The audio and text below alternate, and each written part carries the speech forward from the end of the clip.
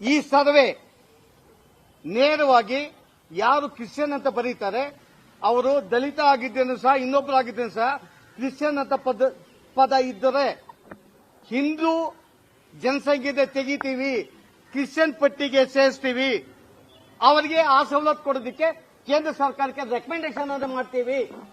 ಅದೇನರ್ಥ? ಹಿಂದೂಗಳ ಜನಸಂಖ್ಯೆಯನ್ನು ಕಡಿಮೆ ಮಾಡೋದಕ್ಕೆ ಇವತ್ತು ಜಾತಿ ಗಣತಿ ಆಗ್ತಾ ಇದೆ. ಅದರಲ್ಲೂ ವಿಶೇಷವಾಗಿ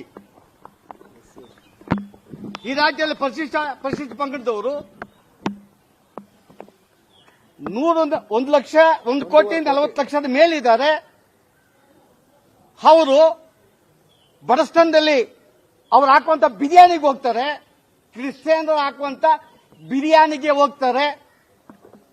ಅದನ್ನು ತಿಂದವರೆಲ್ಲಾನು ಕ್ರಿಶ್ಚಿಯನ್ಗಳೇ, ಕೃಷ್ಣ ಧರ್ಮಕ್ಕೆ ಸೇರಿದವರೇ.